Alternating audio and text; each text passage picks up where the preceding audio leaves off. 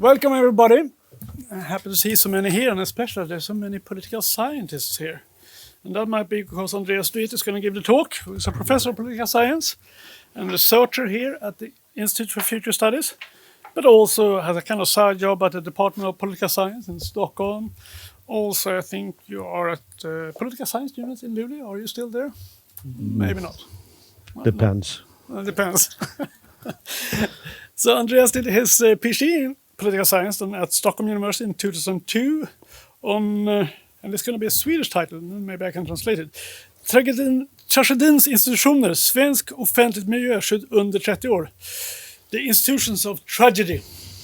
Swedish public or Swedish environmental protection during 30 years, supervised by Tommy Möller.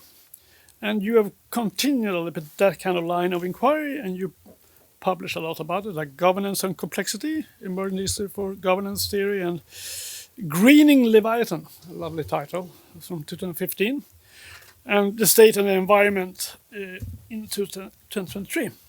And today you're going to talk about how policy creates politics, policy feedback in contemporary democracies.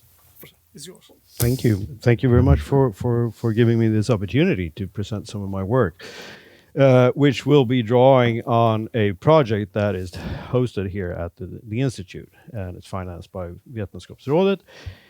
And I should have done a lot more than I have. So what I am going to present to you today are really a bunch of very preliminary results that I'm hoping to get your feedback on. So this is really just a first look at what I've been trying to do in this project. And just to give you a little bit more background about that, this as Gustav mentioned, I've done most of my research up until now on environmental politics, essentially. And now when I'm approaching that age in life where you try to seek out new horizons, I thought it'd be nice to do something else for a change than just focus on environmental policies. So now I'm branching out to look at all kinds of policies. But it's not just that. It also grew out of my work on environmental policies, because for a long time, I've been struck by the sort of under-provisioning of environmental policies that seem to be very.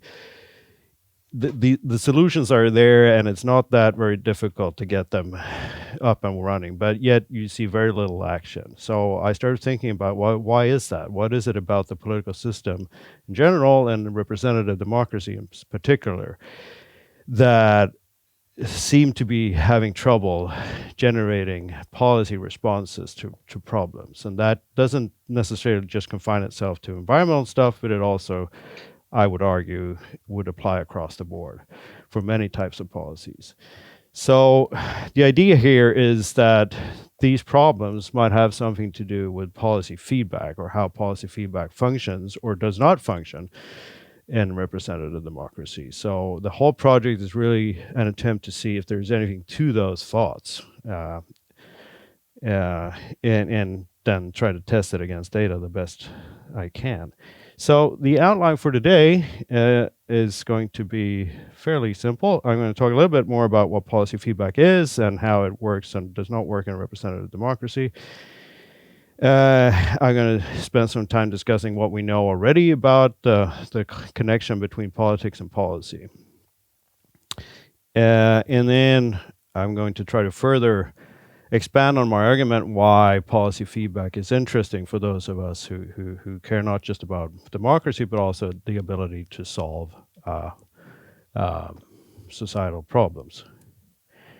And then I'm going to talk a little bit about how to measure support for political representatives and how to measure policy change. And after that, I will give you a host of empirical examples which are designed to speak to some of these issues.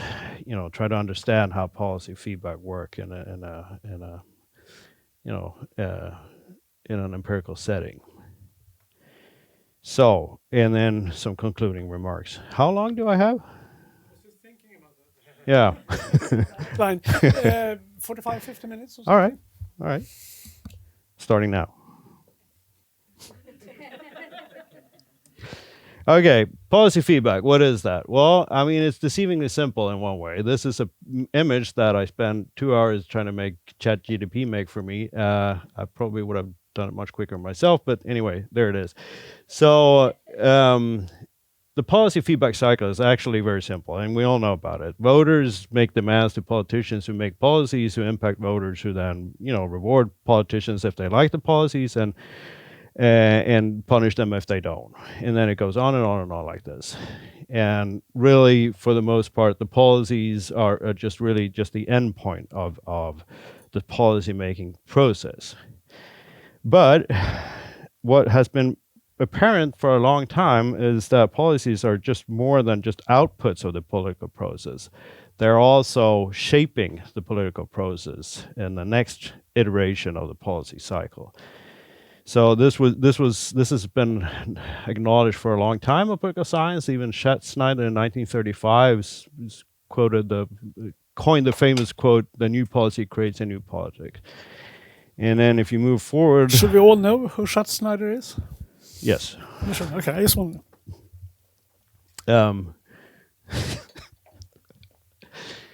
And then if you fast forward some 80 years, 90, maybe 80, there's still this idea floating around that, well, we need to look at policies a lot differently than we're probably used to, not as the end point of a policymaking process, but as the starting point for the next round, and that how it really shapes power configurations between political actors, essentially, and incentives, and that in turn gives rise to new interest groups and so on.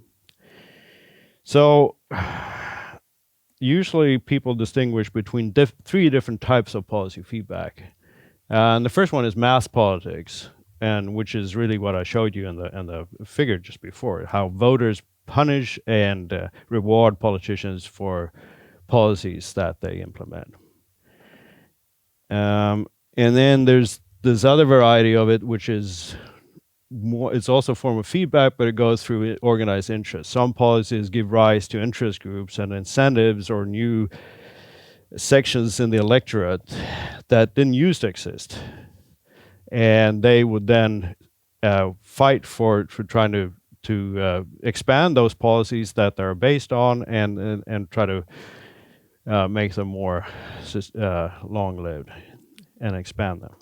And then there's the third one, which is, I'm not sure it happens, but there's some suggestions that it does, which is about it creates bureaucratic strongholds.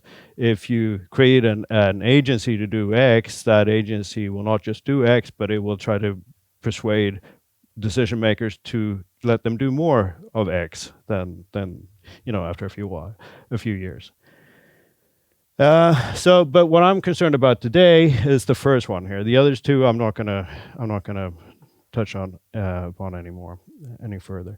And it's also the case that not all policies give rise to feedback. I mean, any government would pass a huge amount of policies at any given year, and only a fraction of these policies actually do have the potential to give rise to policy feedback. And the question is then, well, what is it about certain policies that make them generate feedback? Well, Sosch and Schramm, in a paper in 2007, argues that it has to do with the visibility of the policy and whether it's distant or proximate to the voters.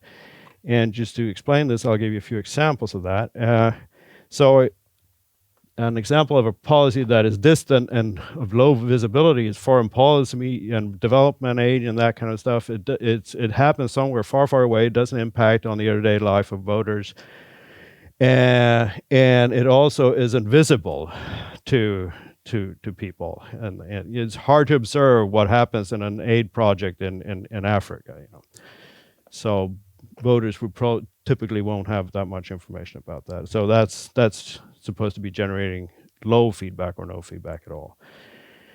Then there's a class of policies that are more proximate to people's everyday life, but which are not visible, such as food regulations.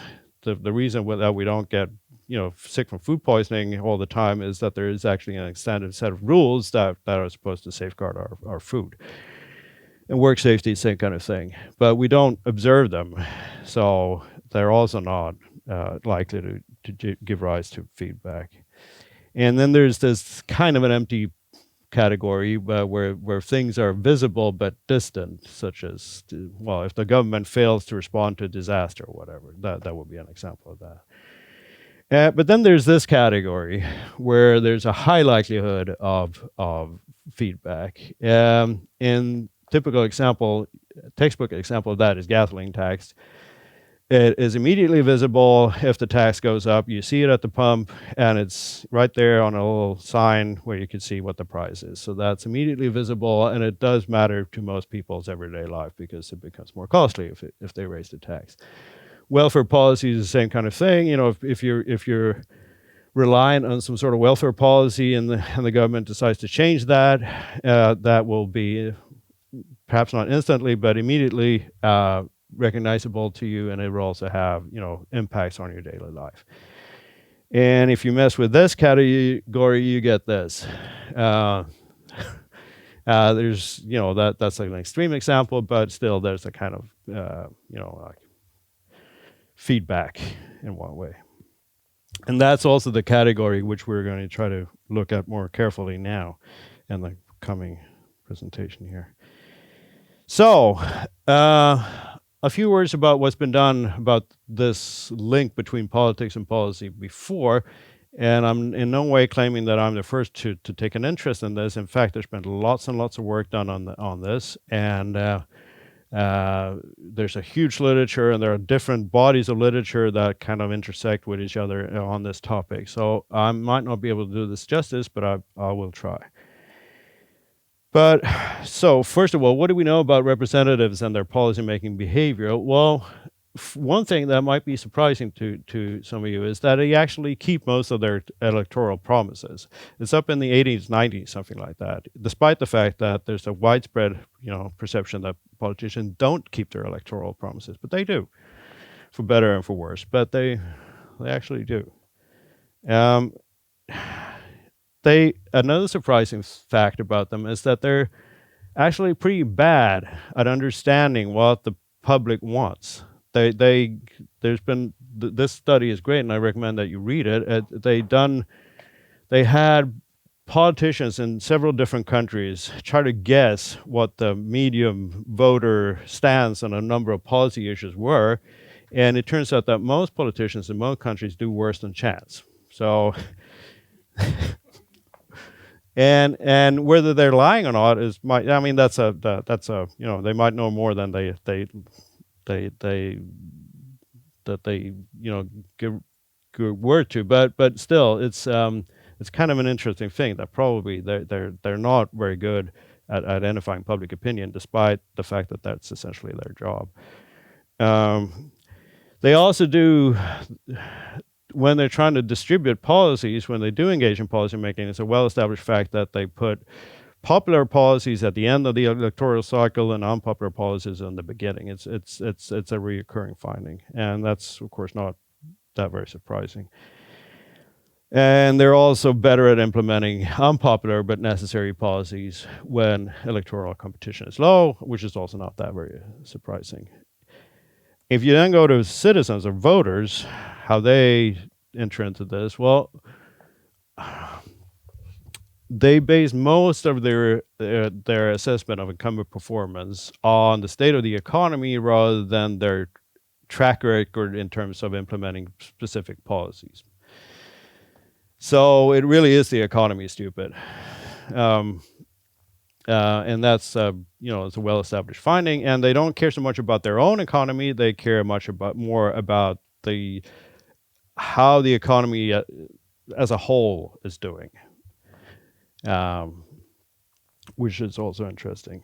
They are much more keen to engage in prospective voting, in the sense that they when they decide how to vote, they go much more on what politicians say they will do in the coming years than what they had done in their time in office.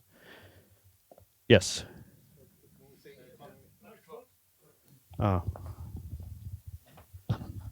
When you say economy as a whole, do you mean economy as a whole for citizens, so such as unemployment numbers or so, or does it mean also the budget for the government?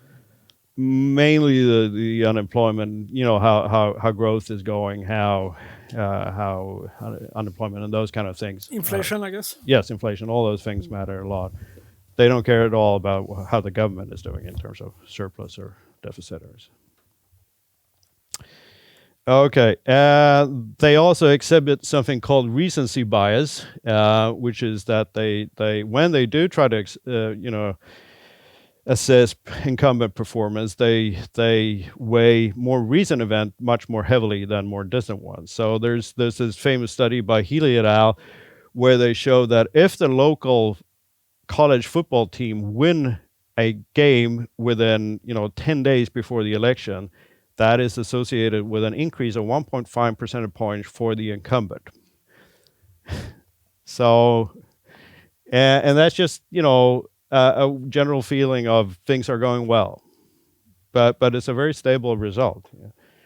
And they're equally bad at allocating responsibility.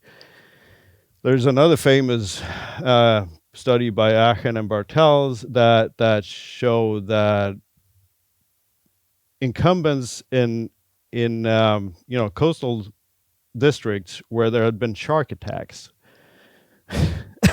also did worse than they would have done without the shark attack. So somehow voters felt that the incumbent was responsible for the shark attack. And as a final thing here, there's a lot of literature coming out now indicating that voters are very, very sensitive to elite cues when they form their opinions. Typically, we think that democracy is a kind of a bottom-up process where voters have opinions and then parties sort of aggregate them. That's what I was taught when I did the undergraduate A-level. But more and more, it's starting to look like that it's actually the opposite, that parties are presenting opinions to voters that then buy into them or not. So you see how this deceivingly simple image that I showed you in the beginning is starting to become a lot more complicated. And then if you look at some actual studies of punishing and rewarding behavior voters, you get a very mixed bag of findings. So there's really no generic pattern here. Sometimes voters punish, sometimes they don't, sometimes they reward, sometimes nothing happens. And so, but there's no consensus on when this would happen or in what kind of policies are. Yes, Ludwig. No, you need to. Yeah. On all these data and interesting findings. Well, just a quick question here. I mean, you just precipitated by the fact that you mentioned democratic candidates there, actually, but also by Bartels and so forth. I mean, yes. How much is the U.S. data here sort of determining these results? I mean, it seems like a lot of the research here is based on the U.S. political system, and U.S. political system is a bit special, I guess, in several senses. So how much of this actually travels to other contexts? I couldn't give you a number on that, but yes, it is true that this literature, as many other literatures in political science, are based on U.S. data. But there are some studies on European data as well that do indicate the same kind of patterns here. You don't get these kind of ridiculous effects that they establish, but there are studies here doing that same thing. And if you just wait a few minutes, I will show you some non-American data. Great, thanks. Okay, so where does this all end up? Well, what's the result of all this? Well, what's also puzzling is that this is also a very stable result in the literature, that there is pretty much everywhere you observe, there's a very strong congruence between voter demand and policy output over time. So policy portfolios match what voters want to a very high extent, which is kind of surprising given the fact that we saw all these very irrational processes happening on both the side of representatives and citizens. And the caveat here is, of course, is that it's really about what wealthy voters want. and that determines the contents of the policy portfolio. But anyway, there's some sort of process in action generating this. So this, in a way, could be seen as a sign that democracy is working. People get the policies they want, if you assume that they were the ones coming up with what they wanted. Okay, so why should we care about policy feedback? Well, I think that this is the reason I think policy feedback is interesting is because it is such a key mechanism in the democratic system. And if it, depending on how it works, and if it doesn't work, you could argue that it would have implications for the overall functionality of democracy. And that it would have, over time, will have some, if it doesn't work properly, it will have some of these knock-on effects that we currently observe in terms of, democratic challenges that we see in many countries today. So what can then happen if there is no electoral policy feedback? What does that do to the sort of the incentive structures for representatives? Well, first of all, it would create weak or even negative incentives for representatives to do policy making, essentially, because policy making is not cheap; it is costly. It requires you to make compromises with your enemies, and it requires you to take chances, because if it doesn't go right, if the policy fails, that will be the opposite of what you try to achieve, and you will have spent your political capital for nothing. So if you don't have a very strong policy feedback, in the sense that your voters will reward the policies that you make, then why bother? You're only taking a huge risk for essentially no electoral gain. So instead, what you do get, if voters don't really pay attention, or if voters don't punish or reward policies they like and dislike, representatives have much higher incentives to engage in like some symbolic policies, essentially symbolic politics. They don't really need to get their hands dirty. It's much easier to gain votes by just rhetorical displays. And it also strengthens the influence of non-democratic actors in the policymaking process, because the policymakers or representatives will be much more keen to listen to those than they would to the electorate if the electorate never really reacts to their policies. So that would increase the influence of things that we probably don't need more of. And this, over time, arguably could lead to kind of a vicious circle when voters lose trust in democracy's ability to deal with problems that they feel that they're facing, if you repeat this pattern over time. So what's the solution then? Well, I mean, the problem here is that this policy feedback is really kind of a Goldilocks problem. You need it to be just right. Because if you have strong negative electoral policy feedback from policies that are necessary, again, arguably, such as climate policies, but probably unpopular. No one really likes to pay tax, or just for the fun of it, right? But the reason we need climate policy is that we think that we have a problem with the climate. Well, if you have those policies, if those policies are met with strong negative feedback, which arguably they are, they will lead to the under-provisioning of public goods, such as climate policies and other kinds of public goods. And they would also lead to myopia, because it will make it more difficult for society to engage in long-term policy making, if it is inevitably, or if it's immediately met by strong negative electoral feedback. And if you have strong positive electoral feedback from policies that are unnecessary but popular, and my best example of an unnecessary but popular Policy is the recent regulations on EPA-traktorer. That's a very normative statement, I guess. Unnecessary is You should probably explain this 70s concept for the non-Swedish audience. EPA-traktor. that would take too long. But it's really, it allows like 15-year-olds to drive around in trucks, essentially. It's You only drive 30 kilometers an hour. when someone is looking. And someone's looking, exactly. Yeah. Okay. So, and that would again lead to then efficient and inefficient or wasteful policies, and also, inattention to other regulatory need where you don't get these strong positive feedback. So the point here is really that feedback is essential to not just a healthy democracy, but also the ability for societies to deal with societal problems in I wouldn't say rational, but at least in a purposeful manner. So that's what I just said. So that brings me to my research questions, and they're very vague. So,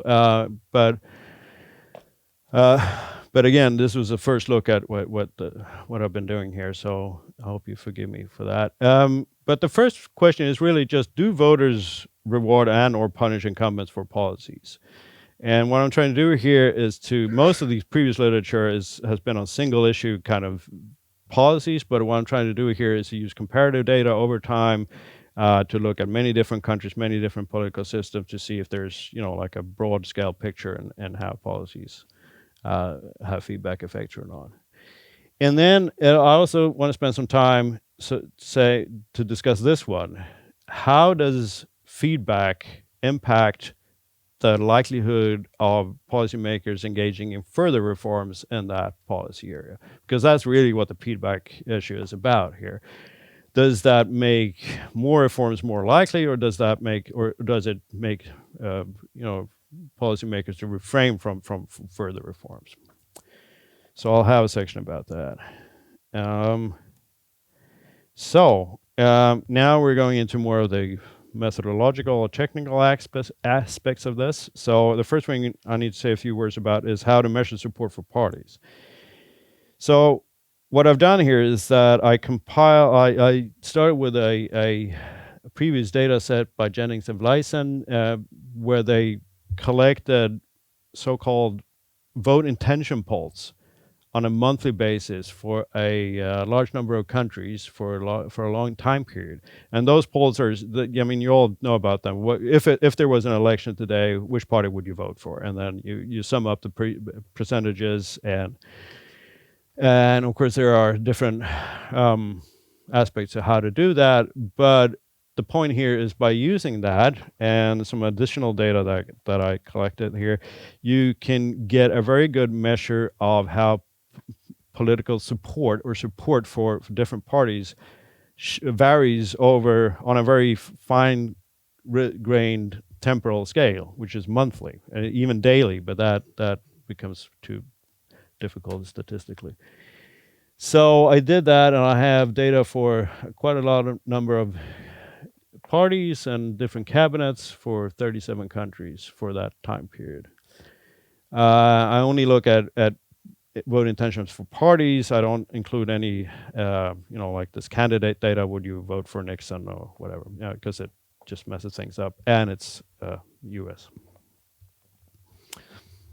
And what the neat thing about this is that it enables to look at short-term changes in voter support rather than just what happens in the next election, which can be very far removed from the actual policy-making event. It can be 3 or 4 years away. So it's not such a good measure of policy feedback, whereas this allows me to track some very, immediate effects of policies. And this is what it looks like over time. Blue ones are opposition parties, and the red ones are incumbent parties. And I mean, the number of parties is much fewer up here, so it really only starts to become reliable around the 80s, 90s, something like that. But what's happened here is that there's been a very strong trend downwards towards smaller and smaller parties. with less and less electoral support. This is, of course, the mean, but still, you get that in most countries if you plot it. And this is a well-established, finding in party research too, that there's a fractionalization of party systems. Okay, and then next thing here is that I need to have policies to estimate the effects of, and for that I draw on 3 different policy data sets. The first one is about educational policies, World Educational Reform data set collected by Bromley et al. And then there's the migration policy data set, Schreier et al. And then there's the environmental policies data set, which is called PINE, and is collected by OECD, nameless persons at the OECD. And if you plot that over time, you get this this image. It kind of moves upwards here, and then there's some mess around the pandemic here in terms of large fluctuations, but there's a fairly regular level of policies happening here. And these are measured on a yearly scale. So I don't know when in that year this policy was implemented, but I do know that it was implemented. So that gives me a way to see if if the implementation of one of these policies would impact the support for incumbents or non-incumbents. And I run a series. I'll show you that in a minute. Staggered difference and difference with accumulated treatment as effects to account for the fact that some years might see multiple educational policies, for instance, and that's a way of accounting for that. Okay, so let's go and see what that looks like. And the first one that I ran here is education policy. And here is the blue line is the support for opposition parties, which is also important because voters can punish incumbents by being more keen to vote for the opposition without necessarily abandoning the incumbent party. So it's important to take into account both these series. And here is the average treatment effect in percentage points. And here is when the policy is enacted in the cabinet year. And as you can see, there's virtually no effect of introducing educational policies. So there's no negative, there's no positive, there's nothing. And just to be sure, because educational policies, like all policies, can be partisan. So if you're left or right, you can be for and against policies for a certain type. I also run it by left incumbent parties and right incumbent parties. So what happens when left incumbent and right incumbent parties implement policies? And I apologize for not having had time to change the color to match the political. So, but you're just going to have to keep that in mind. And just again, remind us, the data is from which countries? It's essentially the OECD countries. Okay. Yeah. So that is. I see. So you have a multi-party system. Yeah, it's it's a proportional multi-party systems. Okay. But you don't have a centrist incumbent, ever. No. Okay. So the no, it's a very simple. It's just I do have that, but I just cut it in half, just to check very very briefly. It's not a very good measure of political leanings either, because it's a constant measure, so it doesn't take into account where the parties shift in terms of their placement on the left-right scale. But it's better than nothing. Okay, so nothing from that. Let's go see what happens with environmental policy. And sure enough, there is some action here. Here's the zero line, and what happens here is that incumbents do get punished for introducing environmental policies. It's not a huge punishment. It's 20.25 percentage points, so it's not major, but it is they do lose votes, and so incumbents that introduce environmental policies do worse than incumbents that don't. And then if you look at this picture, you can see that effect seems to be mainly driven by right governments. So if you're a right government, what you shouldn't do is introduce environmental policies, because that will then hurt you in the polls. It's not a dramatic effect, but it's statistically significant, and there are no pre-trends here to mess that up. So in that respect, our current government is doing exactly the right thing. Yes.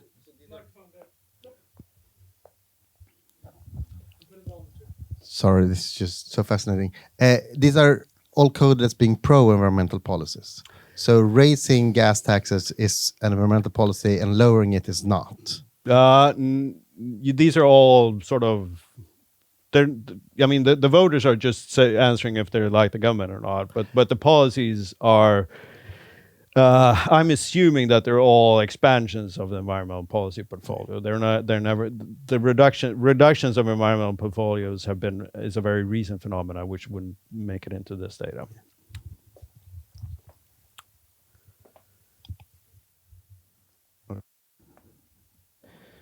Right, and then finally, migration policy, which was where I would imagine I would find the strongest effects, because it's been such a politicized issue recently. But again, there are no effects whatsoever. Nothing happens. And I'm looking at restrictive migration policies here. So those that make it more, they're coded by the authors of the data set as making it more difficult for people to enter the country, essentially. And it doesn't seem to have an effect at all. Okay, so far the yearly data, and mostly it doesn't show many feedback effect, but we do find one for environmental policies. So I'm now switching to the monthly data, which has the advantage of, again, higher temporal resolution. It's easier to see these effects, because now I know exactly when the policy was not necessarily implemented, but when it was announced. So I have one set of data for social protection or welfare reforms. This comes from the ILO, something the ILO calls the Social Protection Monitor, where they're essentially collecting changes in social policy across different countries. And then they code that in terms of, if it's expansion of social policy protection or if it's a reduction of it. And they also code when they announce the policy, which is when presumably you'd find the strongest effects rather than when it's actually implemented. Yeah, and then the second measure I use is the classic, a very classic thing. It's the tax reforms. When governments change or increase or reduce or cut the income tax, you presumably think that would have an impact on how much people support the government that does that. Specifically for cutting income taxes, this is a classical, policy issue. If you're a politician and you want to get your numbers up, you lower taxes. And again, there's about the announcements of those taxes. And this figure is much smaller because there are fewer examples of that, except for during the pandemic, again, for the social policy expansion variable, when there's a huge uptick in that, which is the reason why I restrict the analysis before the pandemic, because it skews the models. But that's what it looks like. So tax reforms are fairly rare, and so are policy reforms, but they're in there, and there are enough of them to see what kind of effect they have. So let's start with the social protection reforms here, and the hypotheses are very straightforward. If you expand social protection, that will increase support for incumbents. If you reduce it, that will reduce support for incumbents. These are sort of commonsensical hypothesis. So let's see if there's anything to that. And it turns out no. There is no real effect in any of these, not when you just look at difference between or opposition and incumbents, and also left and right incumbents. So voters don't seem to be very sensitive to what the government does in terms of expanding. I should have said that. This is for reduction of social protection. So when the government reduces social protection, you would imagine that there would be some sort of reaction in the polls. And this is now months. So here's when the policy is announced, and this is what happens, in the polls the months after that. And there's very little movement here. Could I ask you a question, clarification? Yes. Because it goes through the whole talk. I mean, in many of these places you mentioned, there's going to be a lot of non-voters. And these are, for example, the people who are going to maybe be very affected by this kind of reduction. Do they show up in this data? Are they the non-voters? Yeah, or I mean, they don't show up. They don't show up, but while they do show up, that's the reason I include the opposition, because if they do show up, they would probably, if they want to, if they're mad enough at the incumbents and they, decide that I'm so mad at these people in charge that I'm willing to vote for the parties that I previously couldn't be bothered voting for, then that will show up there. But only, in that case. Yeah. But these are not actual surveys. There's no individual level data. All I have is percentages for different parties. So my unit of observation is party month. Okay.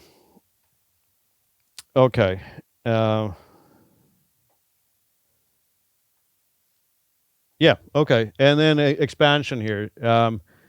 Same thing there. Nothing much happens other than that there's actually a little bit of a significant effect here. So if you expand social protection, there seems to be that by doing that, you hurt your opposition parties. So they lose a little bit of support. But again, the effect is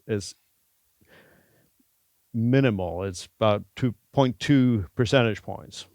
But it is a statistically significant effect. So if you want to bring down your position, then expand social protection.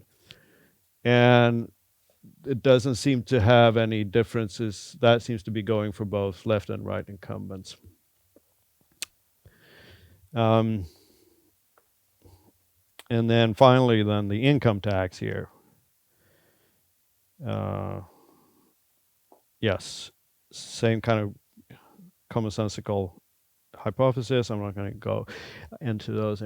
And here we do see a very strong effect, but the problem is that if you increase income tax, you lose about 1% percentage point, and the following month as an incumbent.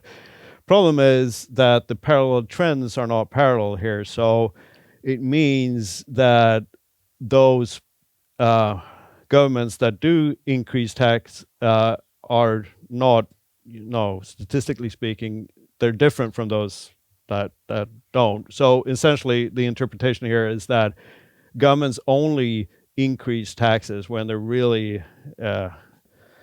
in a bad place, and they've been losing support for a while here, and then probably because the economy is going badly or something like that, and then they're forced to increase to raise income taxes, and then they lose even more. But this whole notion of this being a causal identification kind of falls if you don't have the parallel trends. So this result is not so strong. On the other hand, the result for the opposition is that then there the parallel trends assumption stands, and there's a slight increase in support for the opposition parties if the government raises taxes. Again, the effect is very, very small. It's a fraction of a percentage point, but it's there. And this downward slope seems to be happening for both left and right incumbents. So it turns out, that indicates that governments only raise taxes when they're really, really forced to. And then they've already been punished in the polls for a while before they do that. So it's really just something you do downhill. And if you cut taxes, on the other hand, you'd think that there'd be strong effects. But not so much. This one is almost significant, but it's a reduction. So, and that's kind of a puzzling result to me. I can't make sense of it. I'm happy to hear what your thoughts about what might be going on there. But it seems to be that when right-wing governments cut taxes, they lose about 0.5 percentage point, which is surprising. And I can't make sense of it. So, again, happy to hear your thoughts about it. So, I think I'm running a little bit out over time now, but I only have one thing left here, and that's the question of whether if a party is hit by a feedback effect, or if it gets strong feedback in one way or another, does that impact how it behaves in the future? And this is a tricky thing to model, but I define feedback event as if an incumbent party implements a policy and experience a minimum of a 1 standard deviation increase or decrease in support between the first and the last poll that year. Kind of complicated way of saying it, but essentially the idea is that you implement a policy and then you get rewarded or punished. Does that mean that you will be more or less likely to make more of that kind of policy in the coming years?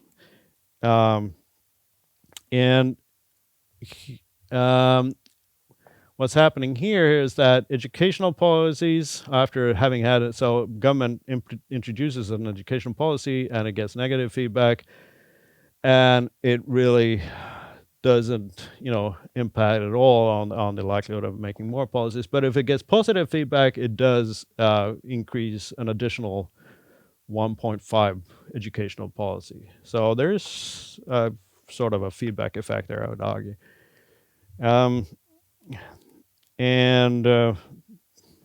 Same thing with environmental policies. If you get positive feedback, there's an increase of even up to 2 additional policies in the coming years. But get negative, the slope starts to go downward. So here again, there are 2 very clear effects. And migration, you find the same thing. That positive feedback does lead to an increase in more policies. Negative kind of dampens the enthusiasm a little bit. Okay, so what does all this have for, what are the implications here from this for representative democracy? Well, first of all, do voters then punish or reward representatives? Well, I think to sum it up is that feedback seems to be a very weak thing. That's what comes out in many of these models, that even in the cases where we'd think that we'd find lots of feedback, such as raising and lowering taxes and migration policies and so on, the electorate seems to be kind of lukewarm in the sense that they don't really react to these policies or the introduction of those. And when they do, they punish. They never reward, as far as I've been able to see consistently. So that kind of creates an interesting set of incentives, because it really, if you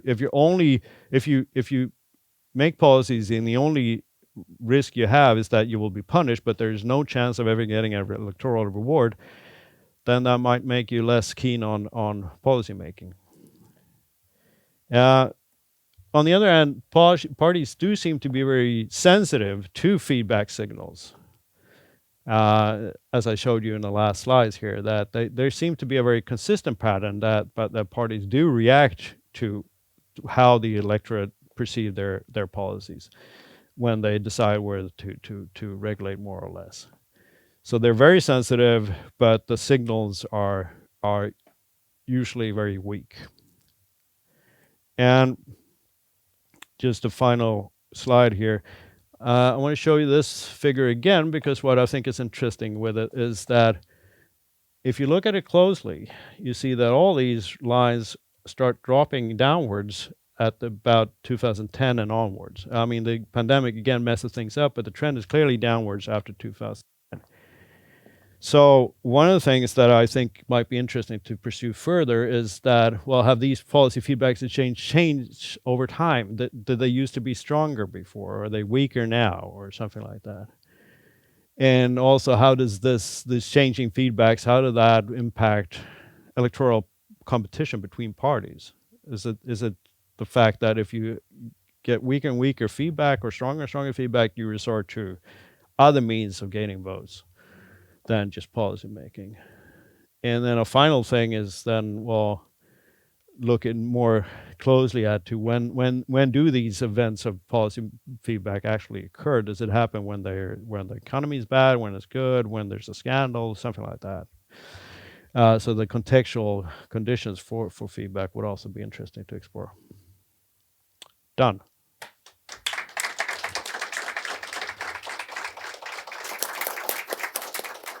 Thank you very much. And there's going to be lots of questions. I'm sure you in the room, put up your hand if you want to ask a question, and a finger if you want to follow up to somebody. And you who are online, you use the chat function. So you write in the chat if you want to ask a question. And since we are a mix of researcher, please tell me your discipline, so we can mix questions from different disciplines. And you can write follow up in the chat too. And I think there's a list coming on there. Yeah. So could I just ask a first question? A little bit, if you could explain a little bit more to me, it's a little bit thick, how this works for a multi-party system. I think, for example, what you said last, that the parties are very sensitive to this kind of weak signals of feedback. But I mean, take the Swedish Democracy. I mean, they don't care very much about the feedback for someone who's very pro-immigrant and very left. They think about, here's the possible voters we can have. And the feedback from them matters, not the other one. It's very different in a two-party system because you try to compete a little bit more. So that's why I had a hard time following some of your results. Yeah, no, you're right, and that is a problem, and that's perhaps one of the reasons I find very weak feedback. That's what I thought. Yeah, Could be because possible. the matching between the the sender of the policy and the electorate that then expresses their feedback is very coarse in the way I set it up now.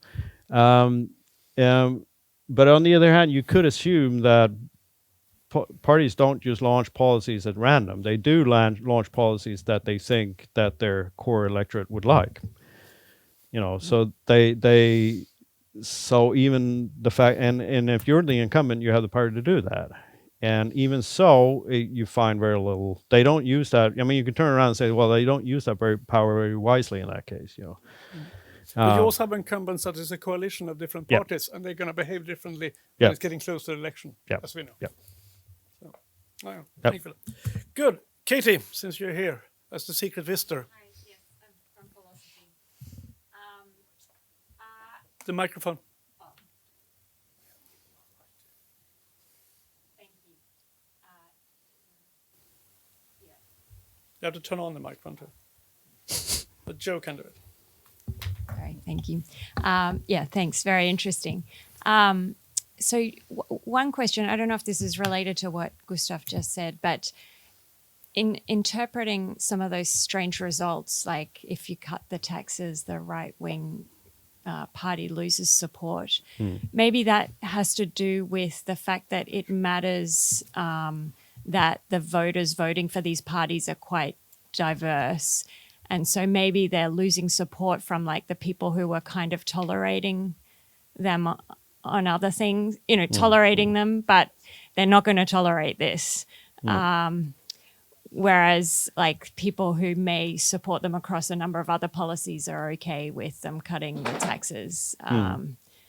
So it seems like it's going to matter sort of, how the vote is, who they're pleasing and who they're not pleasing. And yes, that is absolutely right. I mean, the electorate is much more diversified and in a sense fractionalized than what I portray here, in the sense that they only give thumbs up or thumbs down, essentially. So that is unfortunately something I can't go beyond because of the nature of the data. And in this project, I've chosen to go for width rather than depth, in the sense that I wanted to look at how this plays out in many different countries. And the price for that is, of course, that you lose some precision. But what I'm thinking, what I can do with this data is that I can have a much more nuanced look at which parties are being punished and rewarded. For instance, I have detailed data of which parties are part of the governing coalition and which is the majority partner, minority partner, and so on. And so that would be possible to dig in to further. But then again, my standard answer is that most governments wouldn't enact policies that they thought went against the wishes of their core constituencies. And if they do, that would also show up probably. But so the puzzling result about them losing votes for tax cuts it could be part of what we're saying. I just thought in a multi-party system, if you have a party in a position that's further to the right than the right party, how does that work in your data? So people think, we get a tax cut, but not enough. No. Oh, yeah. So that's the reason why they're disappointed. Yeah. I guess there's that. Yeah. That's a possibility. Yeah. Yep. Are you happy with that, Katie? Yeah. No.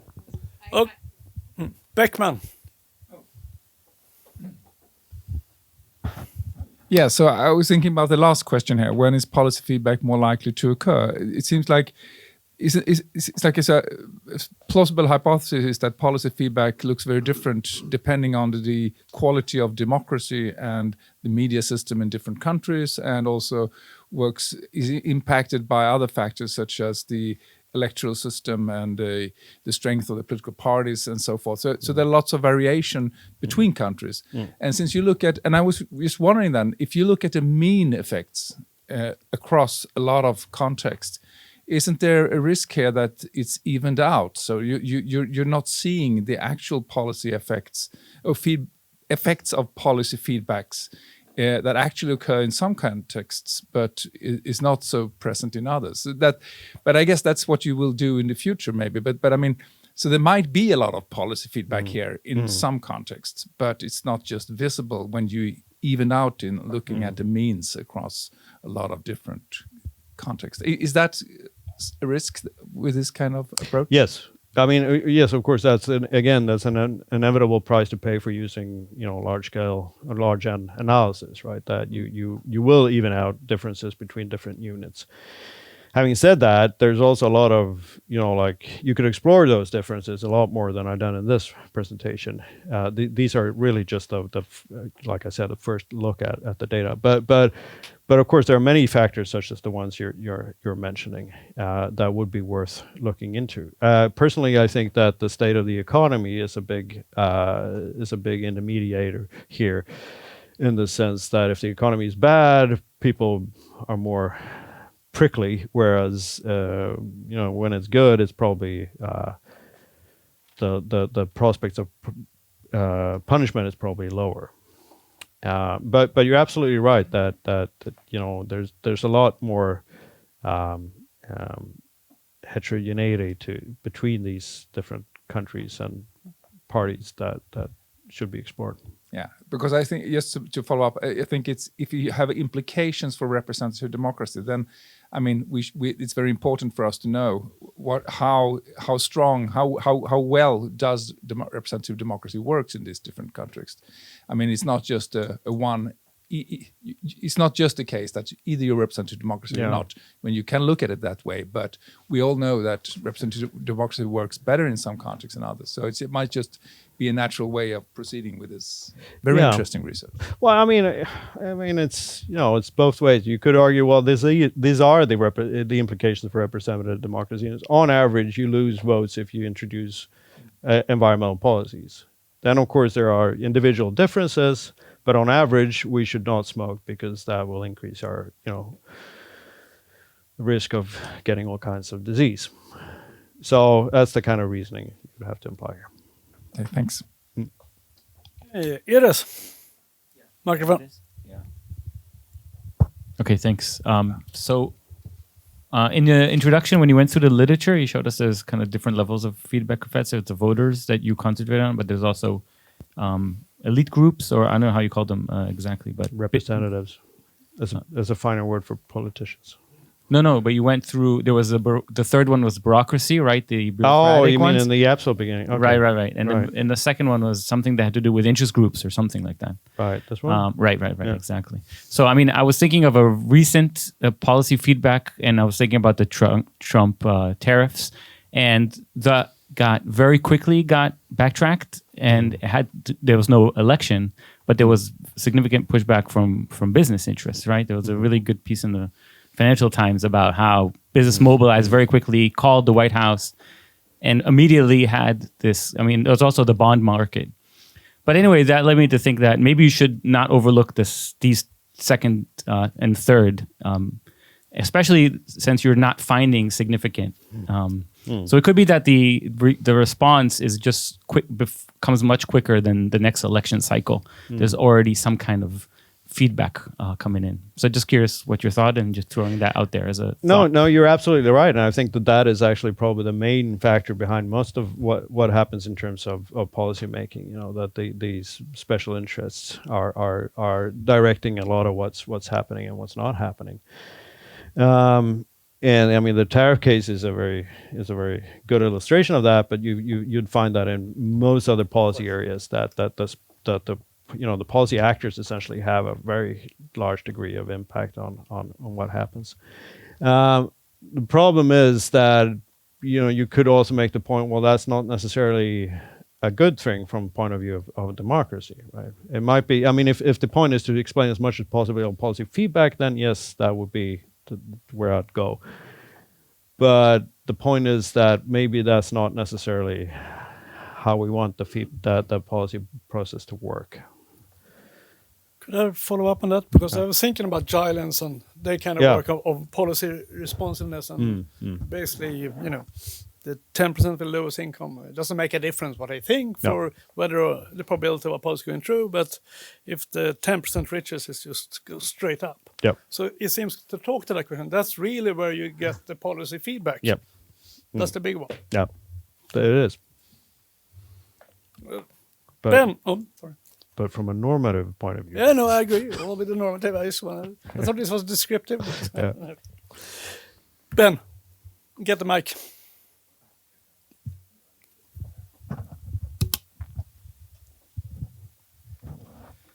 Hi. Maybe this also fits under this slide under bureaucratic strongholds, but I was curious about if your data suggests anything about where policy comes from, because we're sort of talking about national politics and party politics. I'm an artistic researcher, but my research has now kind of gone into places where we look at EU policy that needs to be transposed into national law, like the AI Act or the Platform Labor Act. And it seems like in that case, the foregone conclusion is a kind of backlash against bureaucratic imposition, but I'm wondering if the data suggests anything else about policies that need to be kind of adopted but aren't introduced specifically by a party in power. No, I don't think the data I have doesn't let me distinguish where it comes from or who initiated or things like that. I mean, we do. I know who initiated. I mean, who put it in place, because that was the incumbent government. But who asked for it and where it comes from, and the influence of EU and other international bodies, whether it matters if it's something that parties came up with themselves or if it's just something that they had to do because it was some sort of treaty that needed to be implemented. That's a very good question, and I'm guessing that there would be some differences there. I mean, some would argue that the beauty of the EU is that there is no policy feedback there, or at least very, very little. So they can actually do the right thing. Yeah. Thank you. Okay, Eva. Microphone.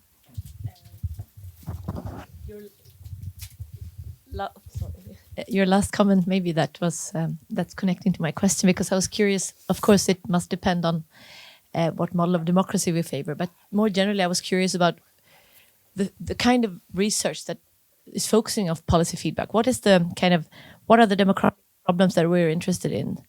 So I get a sense that like policy feedback is a kind of a desirable thing for democracy to work, but what if I mean, one thing that has struck me when I've been holding lectures at the social democratic parties, different events, is that I think they often have this is many years ago, but they were like so anxious and worried and trying to like find ways to finding out what people think. Now, if you turn it around and think about parties, like, yeah, they offer an ideal society, and then we vote on that kind of society. So I wonder about the levels here on the issues, and this connects to the EU. Maybe they can do the right thing when it's not so many policy feedback. So maybe that's better for democracy.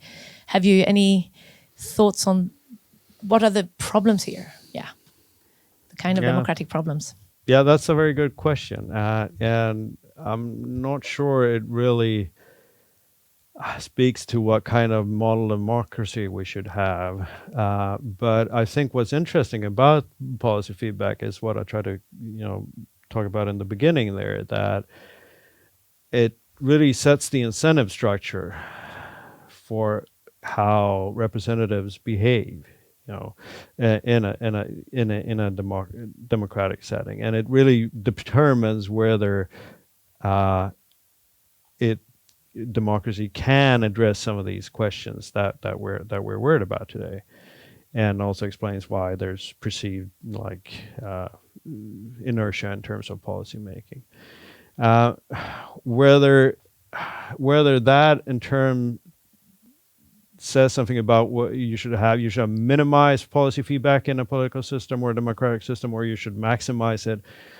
I mean, I guess you could argue both, that in a system where there's maximum feedback on everything, that's not only the most democratic from a normative perspective, but also the most efficient from policy making perspective. Like if you think about it as a market situation, if you have maximum competition, if the price signals are very, very strong, then that will make for a more efficient system. But you see, I'm going on empty here essentially. But it seems like a premise for all that reasoning is that the main goal is to get reelected, nothing else. Compared to, if you get negative, okay, you have to adjust because you want to get. If reelection is the key, then I can understand. But what if it's not? What if doing? So put it in other words, ideology matters. Yes. Oh, is that okay? Well, yeah, it does. I mean, the parties don't all. I mean, that's also a very well established thing, right? That parties have multiple goals. They want to get reelected, and that's probably the most important thing, because if you don't, you cease being a party.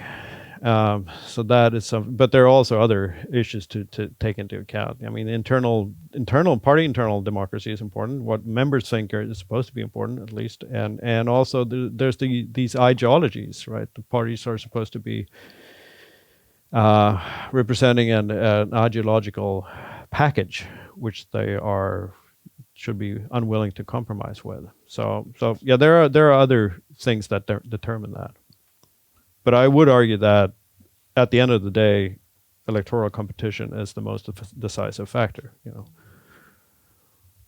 I follow up on that too, because there might be a problem with this being a bit coarse here too, because the policy feedback is coming from voters depend on their ideology.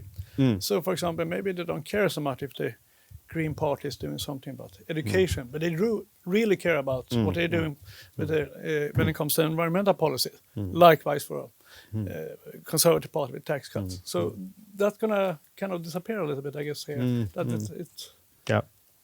And that seems like ideology matters even for voters. So, and it could also partly explain why you don't get so much of a result sometimes, because people vote for ideological reasons, not for this policy feedback reasons.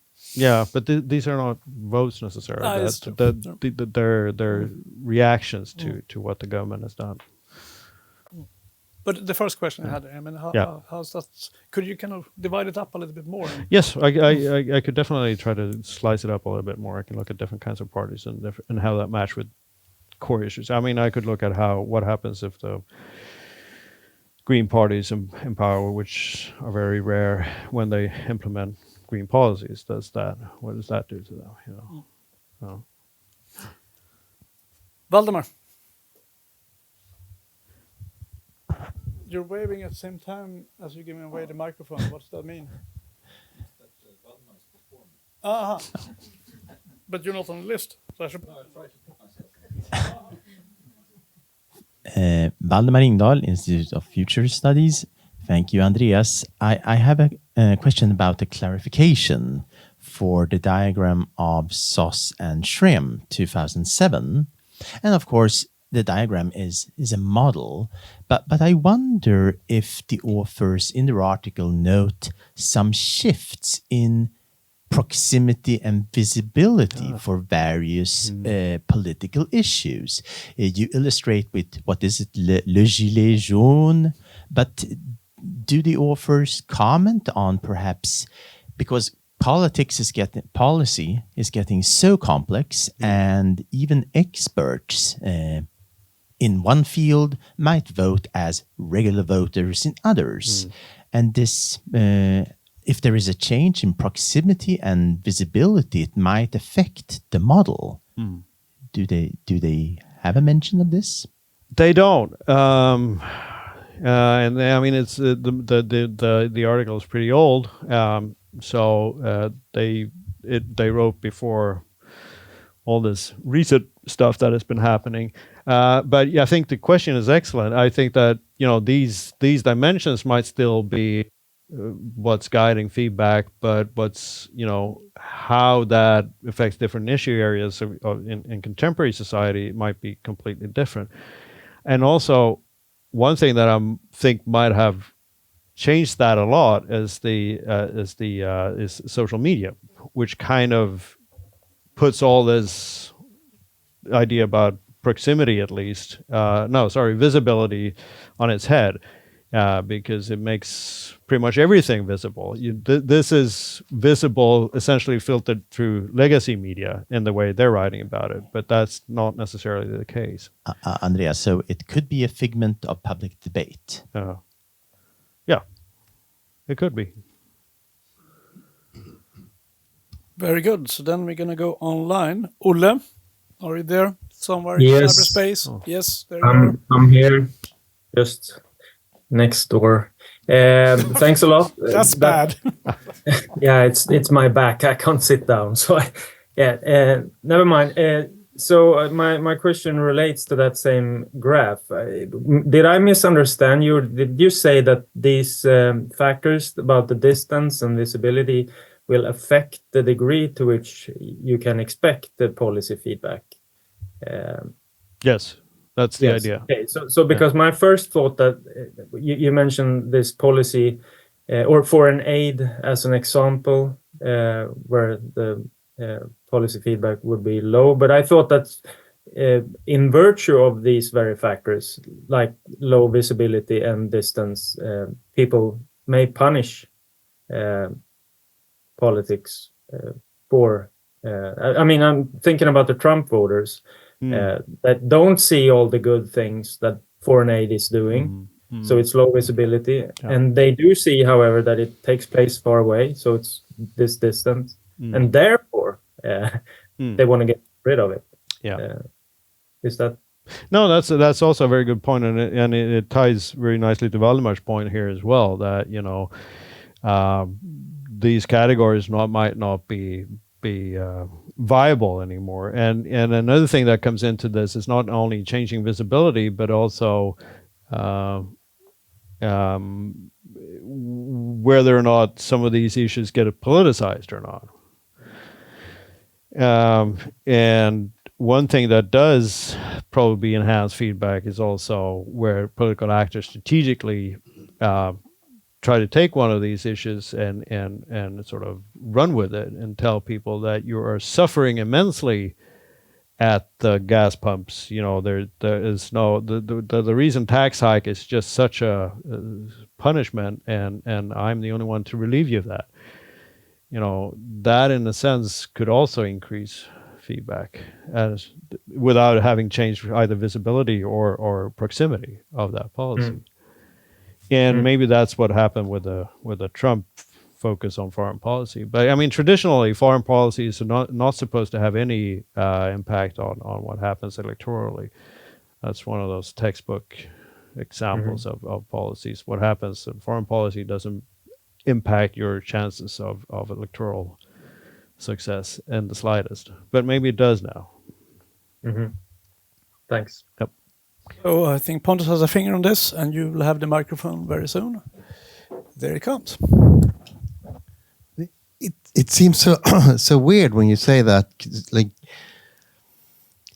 the Vietnam War shaped politics in the U.S. 10 years, or in the recent elections, there were a bunch. We don't know how many liberals who sat out the election because they didn't like how the Democrats were supporting Israel. Right? This is foreign policy. Seem very impactful suddenly. Yep. And, Yeah. and it also doesn't seem like it's low visibility. Yeah. Okay. Yeah, maybe, I'm not going to defend this point. This is not my figure. I'll make a clear point. Has anyone attempted to measure these things? In what sense? To see if they generate feedback? To go through a bunch of policies and see how important they are were for they, how proximate were they, and get some kind of measurements of those and see how it actually impacts instead of having these categories. Some of these have been featured regularly in when people study what matters for electoral choice, how people cast their votes, and then typically foreign policy and development aid and all those things rank very, very low. It is not important for how people vote. But I'm asking: has someone tried and measure how visible a policy is? How proximate a policy is? No, I'm not aware of anything like that. This is just a conceptual example. That's an a priori thing that they made up. There's no data. It came from their heads. Oh, yes. okay. Yeah. Good. What's next here? Oh, Tim. He doesn't need it. Yeah, thanks.